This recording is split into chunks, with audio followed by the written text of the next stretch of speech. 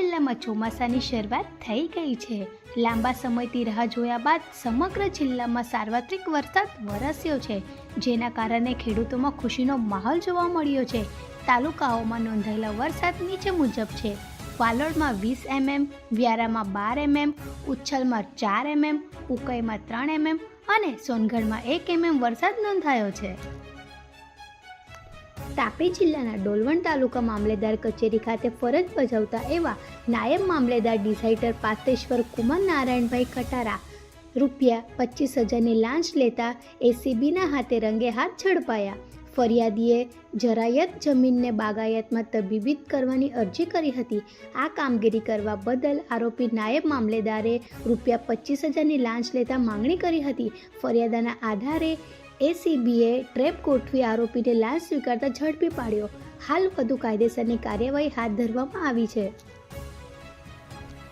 જૂન મહિના દરમિયાન સોના અને ચાંદીના ભાવમાં સતત ઘટાડો જોવા મળ્યો છે।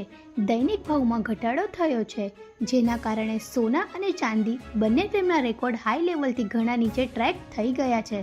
5 દિવસમાં 9,000 સુધી સસ્તું સોનું અને ચાંદી